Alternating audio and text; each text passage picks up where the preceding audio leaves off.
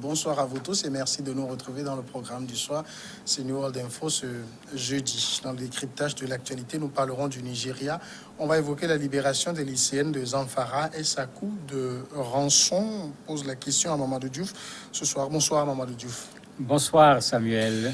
Les centaines d'adolescentes enlevées vendredi dernier dans leur pensionnat à Janguébé, dans le nord-ouest du Nigeria, ont été libérées et sont mardi matin dans les locaux du gouvernement de Zamfara. C'est le gouverneur de cet état, Dr Bello Matawale, qui l'a annoncé. Je suis heureux d'annoncer que les jeunes filles ont été libérées. Elles viennent juste d'arriver dans la maison du gouvernement et sont en bonne santé. Mamadou Diouf, les enlèvements se multiplient ces dernières semaines au Nigeria, surtout dans la partie nord. Qu'est-ce qui explique cette recrudescence de ces actes? En fait, il y a deux sortes d'enlèvements dans ce nord du Nigeria. Il y a les enlèvements spectaculaires qui avaient été faits par Boko Haram et qui avaient défrayé la chronique pendant longtemps, surtout les jeunes filles qui avaient été enlevées à Chibok. Mais de plus en plus, vous avez des bandits de grand chemin également qui enlèvent les gens et qui les échangent avec des rançons. Ce qui fait que dans cette zone, par exemple, en 3 mois, c'est la 4e fois que dans une école, on vient enlever plusieurs personnes en même temps. Tout récemment, ça avait été fait avec un internat où il y avait des jeunes garçons qui également avaient été libérés. Donc, il ne faudrait pas qu'on se trompe. Il y a les enlèvements faits par Boko Haram qui, lui, est contre cette école elle-même et contre le fait que les écoles puissent continuer et que les enfants viennent au niveau de l'école. Donc, il y a un caractère doctrinal dans les enlèvements, mais il y a de plus en plus également des enlèvements qui sont une sorte de business au niveau du nord du Nigeria. On en parle parce qu'il y a un très grand nombre de personnes, mais dans la même période, vous avez d'autres personnes, 1, 2, 3, qui sont enlevées et c'est les parents eux-mêmes qui se débrouillent pour payer des rançons pour pouvoir retrouver leurs enfants. Donc, l'acte perpétré par les bandits de grand chemin n'a rien à voir avec l'idéologie terroriste. Pour le moment, aucun lien n'a été fait entre cet acte et Boko Haram de façon générale. Puisque quand le gouverneur a pris la parole, quand les gens ont parlé, personne n'a accusé Boko Haram. Au contraire, Boko Haram a agi pas très loin en attaquant des installations humanitaires, ce qui fait que l'ONU même a dénoncé ces attaques.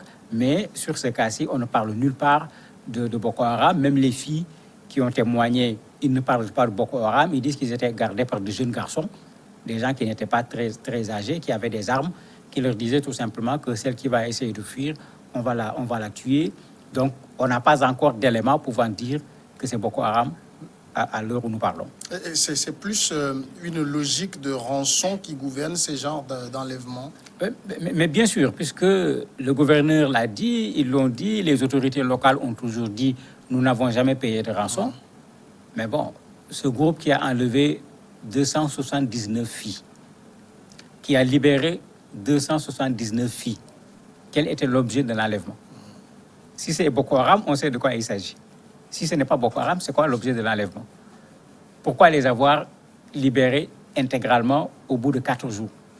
Il est clair que, et c'est ce que plein de gens croient, y compris les experts de cette partie nord du Nigeria, des rançons sont en train d'être payées. Et pour ces experts même, c'est parce qu'on paye les rançons que ces enlèvements sont en train de se multiplier. Ça devient une sorte de cercle vicieux, puisque les gens savent que quand on va enlever des jeunes garçons, des jeunes filles, ça crée l'émoi au niveau de la population. Et les autorités des Zamfara même sont en train de devenir des spécialistes en matière de négociation, parce que même les garçons de Katsina qui avaient été kidnappés, ce sont ces mêmes autorités qui avaient négocié pour que ces garçons retournent au niveau de leur famille. Est-ce qu'on a ouvert une enquête pour savoir le modus operandi, de quel groupe il s'agit et autres? Le modus operandi, oui, on connaît, puisque il est bizarre. Puisque quand on a interrogé les filles qui avaient été kidnappées, elles ont dit qu'elles ont marché. D'habitude, quand c'est Boko Haram, c'est un bus. Vous avez quelque chose de très préparé, on s'en va rapidement. Ici, ça pose un énorme problème. 279 filles qui marchent, entourées par des gens. Ça fait combien de personnes? Comment toutes ces personnes, à l'issue d'un enlèvement, peuvent marcher? Parce que les filles disent qu'elles ont marché sur une très longue distance, au point qu'elles avaient mal aux pieds. On leur disait que celle qui ne marche pas, on va lui tirer dessus, on va la tuer. Elles ont même été obligées, par solidarité, de porter certaines d'entre elles qui avaient les pieds enflés, qui ne pouvaient plus marcher. Mais où était la police?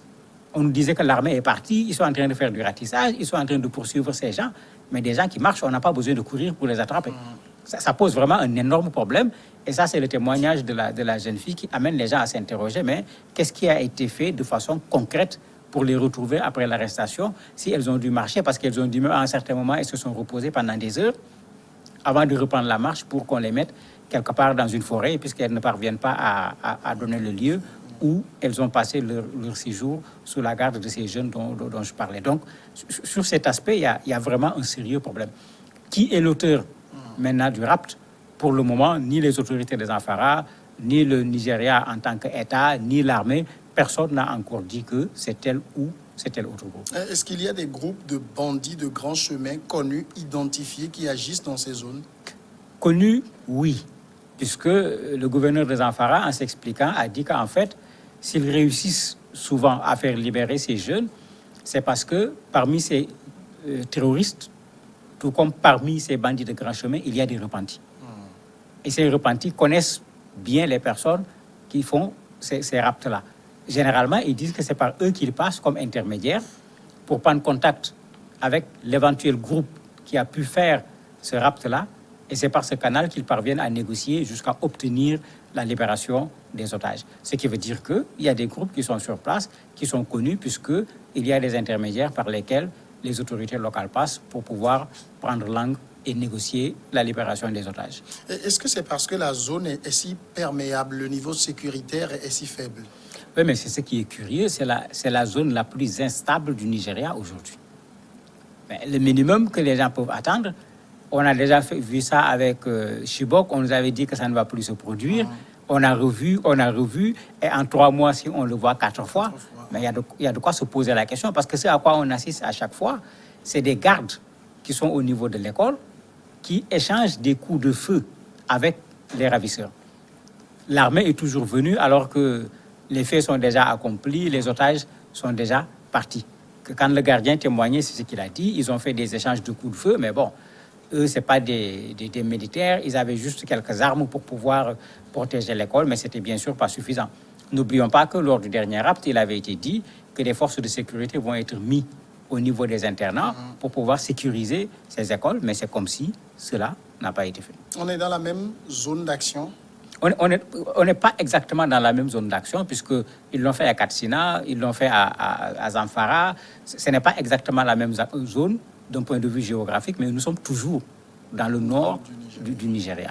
Ce n'est pas d'ailleurs l'espace totalement de Boko Haram, parce que Boko Haram se trouve plutôt dans la zone de Maïdougouri, c'est là où ils ont fait le plus grand nombre de leurs actions. Est-ce qu'il est possible que le travail de ces bandits soit facilité par des complicités?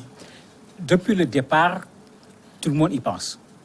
Parce qu'ici, par exemple, quand des gens viennent comme ça prendre des jeunes filles et puis marcher, ben certainement, sans être des policiers, ils ont dû faire un travail de renseignement extraordinaire. Puisque quand on kidnappe des gens, la première chose à laquelle on doit s'attendre, c'est d'être poursuivi. Quelqu'un qui s'attend à être poursuivi, il veut quitter les lieux où il a fait ses méfaits de la façon la plus rapide. Et celui-là ne va pas prendre le temps de marcher tranquillement pour aller rejoindre un refuge ou un quelconque espace où il va aller se cacher, puisque avec 200 et quelques personnes, bizarrement, ça devrait être très facile à identifier par hélicoptère. Il y avait vraiment énormément de possibilités de voir ce qui s'est passé. Et si vous vous rappelez, c'est la même critique qui avait été faite à l'époque de la prise d'otage des filles de Chibok. C'était vrai que c'était des véhicules, mais les gens ont dit, mais ils étaient combien eux-mêmes d'abord pour pouvoir kidnapper toutes ces jeunes filles? S'ils sont partis avec, mais ça devait faire une file de voitures et de camions pour pouvoir les amener comme ils ont pu le faire. Pourquoi personne n'a rien vu, personne n'a rien entendu, on ne sait même pas dans quelle direction ils sont passés pour pouvoir les situer quelque part. Et souvent, les gens se posent la question, est-ce qu'il n'y avait pas du renseignement leur disant qu'actuellement la zone est libre? Certainement, la police n'est pas dans la zone, ils sont en train de patrouiller dans une autre zone, ce qui leur permet de faire leurs méfaits et de se replier avant que les forces de défense et de sécurité n'arrivent sur les lieux. Est-ce qu'on est certain qu'il n'y a pas de complicité entre ces bandits et des groupes terroristes? Il y en a, parce que parfois, c'est les bandits qui prennent les otages. Au lieu de négocier, ils prennent les otages, entre guillemets, ils les vendent aux groupes terroristes parce que là-bas, l'enjeu devient plus important, le coût devient après plus cher et eux, ça leur facilite la tâche. Au moment de la négociation, personne ne saura qui l'a pris. Ça se fait également au Mali où on sait qu'il y a des bandits de grand chemin qui arrêtent des gens et qui mettent à la disposition des terroristes qui, eux, l'utilisent comme monnaie d'échange en tant qu'otage pour pouvoir accéder à des rançons, bien qu'au Mali comme au Nigeria, généralement, les gens disent on n'a rien payé, mais tous les experts sont d'accord que quelque chose a été payé. Qu'est-ce que proposent les autorités pour régler la situation sécuritaire sur ce point? La proposition qui avait été faite n'a pas été respectée, puisque quand les garçons ont été kidnappés, le président avait tapé du poing sur la table. Il y a même des responsables de l'armée qui avaient été changés. Ils avaient décidé de mettre du personnel parmi les forces de défense et de sécurité devant les écoles pour protéger les enfants, mais ça n'a pas été fait.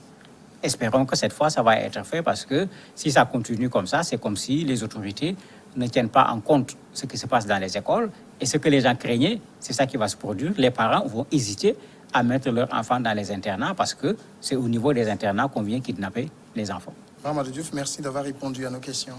C'est moi qui vous remercie. Nous allons passer maintenant à la pause et on va revenir juste après pour recevoir l'invité de ce soir.